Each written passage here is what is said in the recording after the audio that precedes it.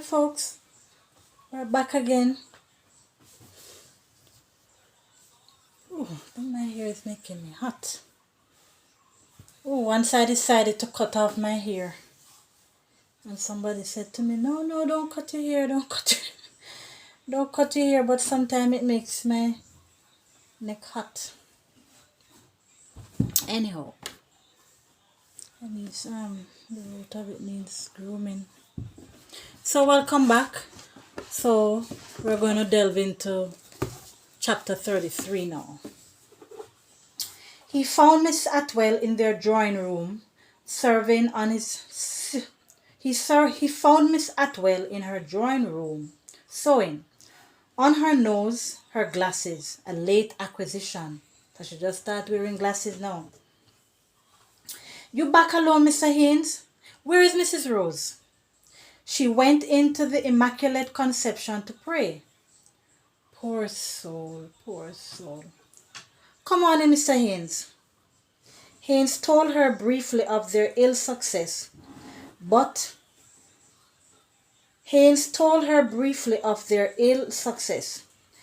you ever see anything like that, Mr. Haynes? Who would believe that she was going to go looking for that man after all he do her?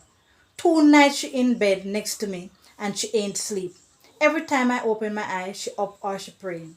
She said she's certain something happened to Ben. So when she tell me she hear that he's suffering and she want to go and see, I tell her to go. Haynes said nothing. What do you think, Mr. Haynes? You don't think I was right? I should think so, Miss Atwell. Well. Look at life, Mr. Haynes. When I first come here. How long ago was that? 3 years, month after next. The man was in his pride and glory. He used to scorn me. When they asked me why I was so thin and I said my nature, he used to laugh. He used to laugh and say, nature what? You don't eat. But I am still erect on my hind legs, Mr. Haynes, and look where he is. I'm sorry for him, Mr. Haynes. I am sorry for him, Haynes said. Ben is a very pleasant fellow, but it is his own fault. I'm sorry for him too, Mr. Haynes. I wouldn't be a Christian if I was not, but he's going to suffer. My father had a stroke, and where he lay down, he wasn't the man to move for years and 9 months, and we had to do everything for him. But what is to come? What is to become of him? God, he knows. In the hospital, they will keep him in there, I suppose. He made a terrible mistake when he left here to marry the nurse. It's that marriage that killed Mrs. Rose. If he did leave her and only live with the nurse, they would have been able to patch up that. But it's a marriage, Mr. Haynes. The marriage killer. But didn't he come back here the other day for a time, Miss Atwell? Maisie told me so. Mr. Haynes, Maisie tell too much lies. I don't know what to say. Mrs. Rose tell me that he used to come around here and used to talk to her from the alley about how he's sorry, how he treat her and so on. She tell me so herself. She say that she was doing her work in the kitchen and he come in the lane and talk. Well, she talk. But I hear Maisie say this thing and I hear other people in the alley say that. And I hear other people in the alley say that he was living with her again. But Mrs. Rose swear no. And since that afternoon when she nearly killed Maisie, I don't meddle. What's happened to Maisie, Mr. Haynes?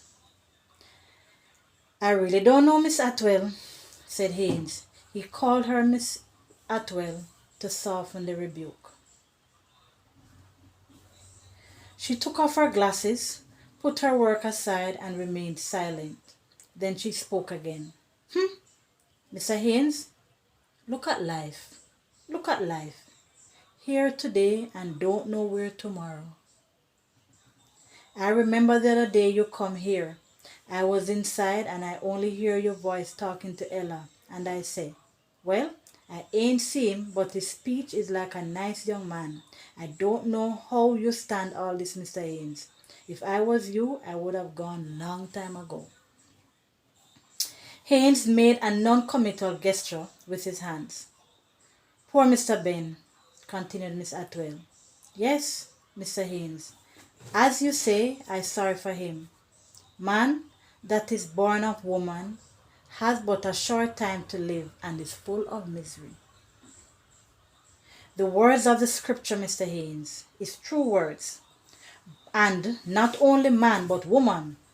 Look at the misery and torment that man put poor Mrs. Rose in, and where she should be sitting down, resting in her house. He have her trapezing all over the road looking for him. She coming now, Miss Atwell. She coming now. Miss Atwell leaned forward to listen. Footsteps were approaching. Yes, it's she, said Miss Atwell. And Mrs. Rose crossed the yard quickly and came into the room. Mr. Haynes, you here with Miss Atwell? I was hoping you wouldn't go. I was waiting for you, said Haynes. I stayed in church a long time and then, when I leave, I sit down on a bench on the promenade. And then I come home. So, my dear, he gone to the hospital. Mrs. Rose shook her head, took off her hat and shawl, and sat down. But I'm not going to leave him there, she said calmly. I am going for him tomorrow. It was a bombshell. You're going for him tomorrow? Broke from the astounded Miss Atwell at last. What for? To bring him home. I can't leave him there to suffer.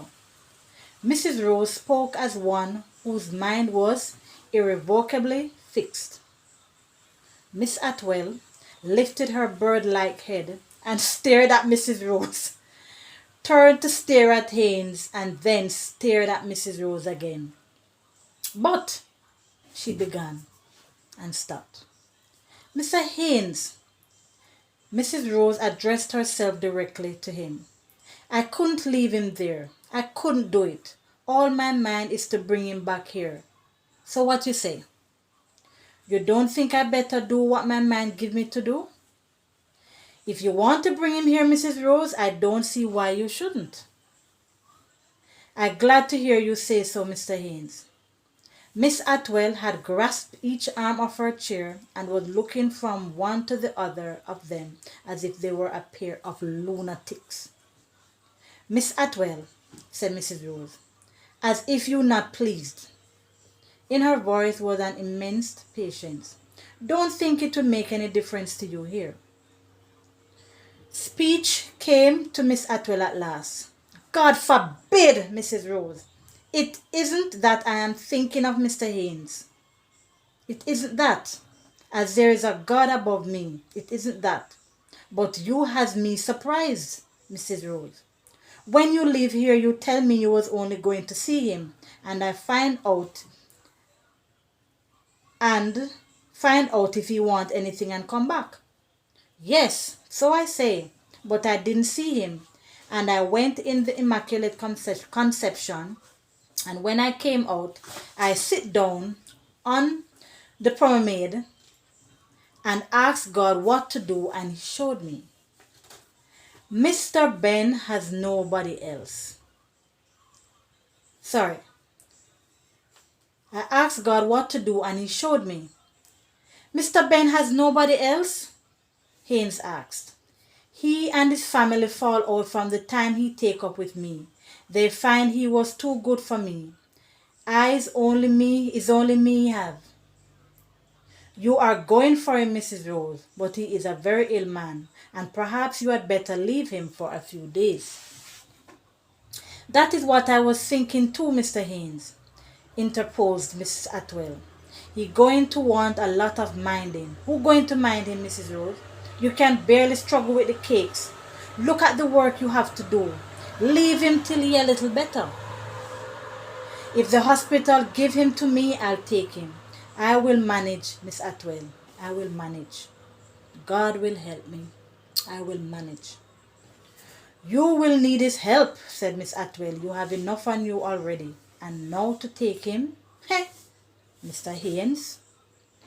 Mrs. Rose will do her best, said Mr. Haynes. It was no use arguing with her, so the only thing was to make it as easy as possible. The three of them sat and looked at one another and were silent. All the turmoil and passion which had raged and stormed in number 2 during the past year seemed to have come to a final conclusion, leaving them as if stranded on a high bench. Mrs. Rose sat in an upright chair, her fingers clasped in her lap,